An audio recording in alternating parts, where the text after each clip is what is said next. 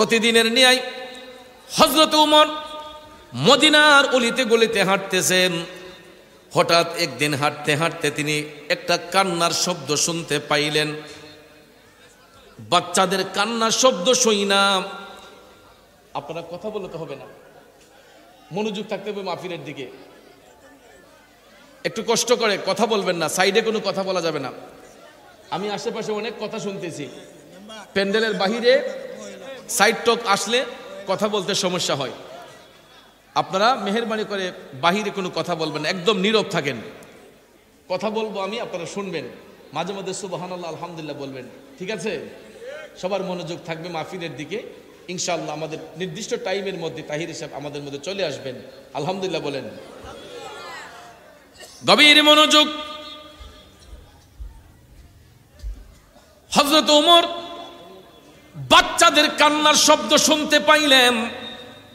বাচ্চাদের কান্নার শব্দ শুনতে পাইয়া তিনি হাইটা হাইটা সামনে গেলেন। হঠাৎ করে দেখতেছেন একটা ঘরের দরজা একটু ফাঁকা দেখা যায়, মিটমিট করে আলো জ্বলতেছে। ওমর মিটমিট আলো দেইখা ঘরের কাছে যাইয়া দেখতেছেন তিনটা বাচ্চা ঘরের ভিতর হাউমাউ করে কান্না করতেছে খাবারের জন্য। কিসের জন্য? আরো জোরে কোন? কারণ ক্ষুধা তৃষ্ণা এটা বড় মারাত্মক। তৃষ্ণা যার লাগে, ক্ষুধা যার লাগে, দেখবেন ওই মানুষগুলা পেটের ক্ষুধায় একদম কাতর হইয়া পড়ে, ঠিক না বেঠিক? বাবাহারা সন্তানগুলা মায়ের আঁচলে বড় হচ্ছে, মায়ের আঁচলে থাইকা বড় হচ্ছে। ওই মা দিনের বেলা কাঠ কোড়াইতেন, দিনের বেলা কাঠ কোড়াইয়া কাঠ বিক্রি করে সন্ধ্যাবেলা ছেলেদের কাইনা খাবার দিতেন, বাচ্চাদের মুখে খাবার দিতেন। সব দিন তো শরীরের কন্ডিশন এক থাকে না, মাঝে মাঝে শরীর খারাপ হয় না, ব্যথা হয়, বেদনা হয়, অনেক সময় দেখা যায় শারীরিক বিভিন্ন প্রবলেম থাকতেই পারে। ওই মা হঠাৎ একদিন অসুস্থ হয়ে গেলেন। অসুস্থ হওয়ার কারণে কাঠ কুড়াতে পারেন নাই, বাচ্চাদেরকে খাওয়াবেন কি? বাচ্চাগুলা যখন সন্ধ্যা হইল খাবার পায় না, তখন এরা খাবারের তৃষ্ণায় কাতর হইয়া বাচ্চাগুলা খাবারের জন্য মারে ডাক দিয়া বলতেছে, মা আমাদেরকে খাবারের ব্যবস্থা করে দাও, আর ক্ষুধার জ্বালা সহ্য করতে পারছি না গো মা, আমাদেরকে খাবারের ব্যবস্থা করে দাও। ভাইয়ার আমার, বন্ধুরা আমার, বাচ্চাগুলো যখন খাবারের জন্য কান্না করে, বলেন তো কোন বাবাটা সহ্য করবে, কোন মাটা সহ্য করবে? সন্তান যদি মা বাবার সামনে খাবারের জন্য আর্তনাদ দেয়, বলেন কোন মা বাবা সন্তানের আর্তনাদ সহ্য করবে? একদম গরিব হইলেও দেখবেন ভিক্ষা কইরা হইল বাচ্চাদের কাইনা খাবার দেয়। কথা কন ঠিক না বেঠিক? একটা ছোট্ট পাখি যদি বাসাতে থাকে, দেখবেন পাখির বাচ্চাটা যখন খাবারের জন্য চিৎকার করে, ওই পাখিটা পর্যন্ত দেখবেন মুখ দিয়ে আইনা তার বাচ্চার মুখে খাবার তুলে দেয়।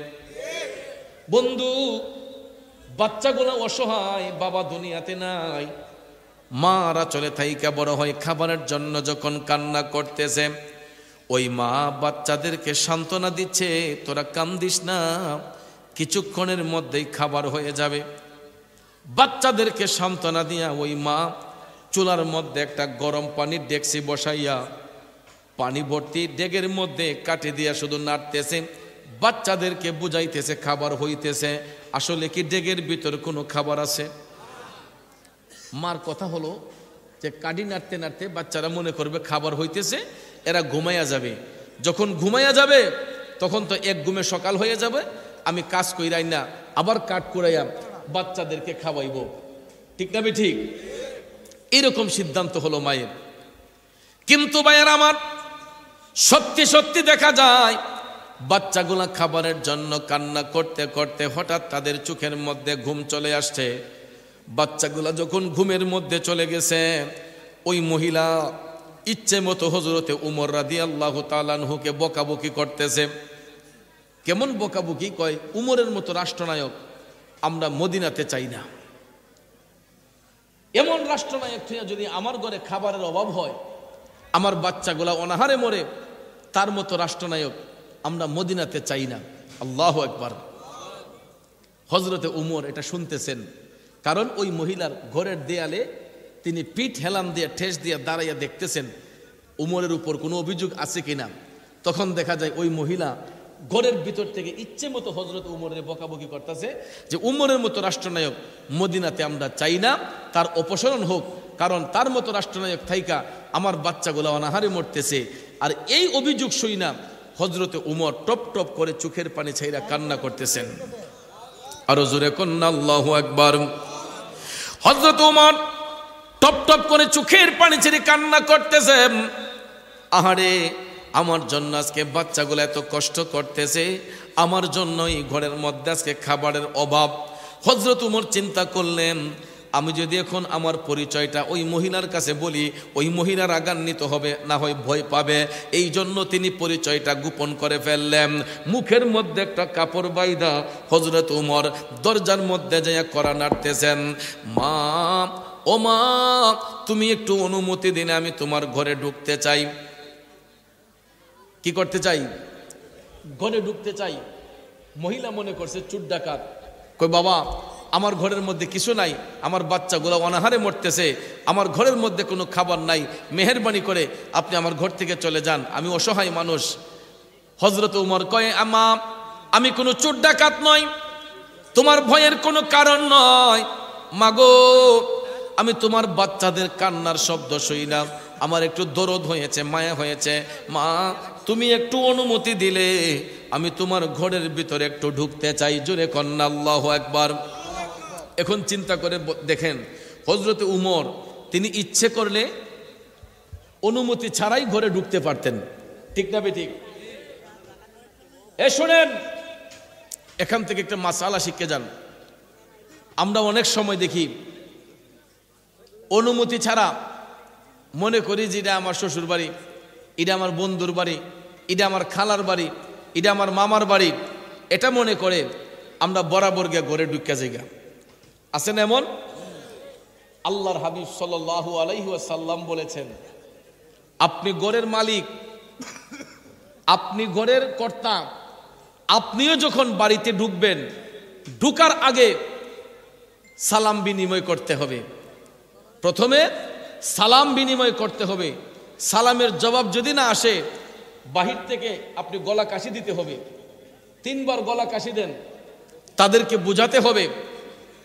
বোঝাতে হবে যে ঘরের ভিতরে মহিলা মা বোনরা যাতে বুঝতে পারে যে বাহিরে পুরুষ লোক আছে। কথা কোন ঠিক না বেঠিক? বাবাজিরা আমার, আপনারা কি আমার কথা মনোযোগ আছে না? শেষ করে দিতাম, তাহলে আমি সাইডে দিই, আপনারা আওয়াজ করেন। একটা কথা বলা যাবে না। আল্লাহর নবী বলেছেন, আপনি নিজের ঘরে যখন ঢুকবেন ঢুকার আগে মহিলাদেরকে অ্যালার্ট করতে হবে, কারণ মহিলা মা বোনদের ঘরের ভিতরে একটা ব্যক্তিগত স্বাধীনতা আছে।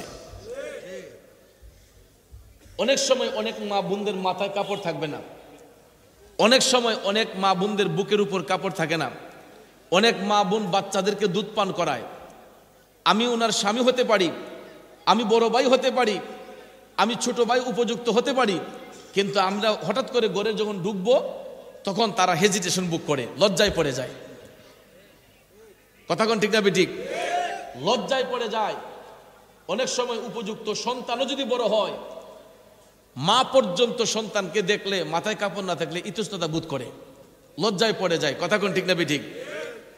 তাদের ব্যক্তিগত স্বাধীনতার মধ্যে হস্তক্ষেপ করতে রাসূল নিষেধ করেছেন। এই জন্য আপনি যখন কারো বাড়িতে যাবেন, নিজের বাড়িতেও যাবেন, ঢুকার আগে সালাম বিনিময় করবেন। আর এটা যদি না পারেন গলা কাশি দিবেন, যাতে করে মহিলারা গুছিয়ে ফেলে। মাথায় কাপড় না থাকলে কাপড় দিয়ে দিবে, বুকের উপর কাপড় না থাকলে কাপড় দিয়ে দিবে। বাচ্চাকে দুধ পান করালে তারা নিজেকে একটু গুছিয়ে নিবে, কারণ তাদের ব্যক্তিগত স্বাধীনতার মধ্যে হস্তক্ষেপ করতে নাই, এটা রাসূল নিষেধ করেছেন। এই জন্য আজকের পর থেকে যদি কারো বন্ধুর বাড়িতে যাই, স্বামীর এই খালার বাড়িতে যাই, মামার বাড়িতে যাই, ডাইরেক্ট গিয়ে ঢুকে যাই না, আগে অনুমতি নেবেন।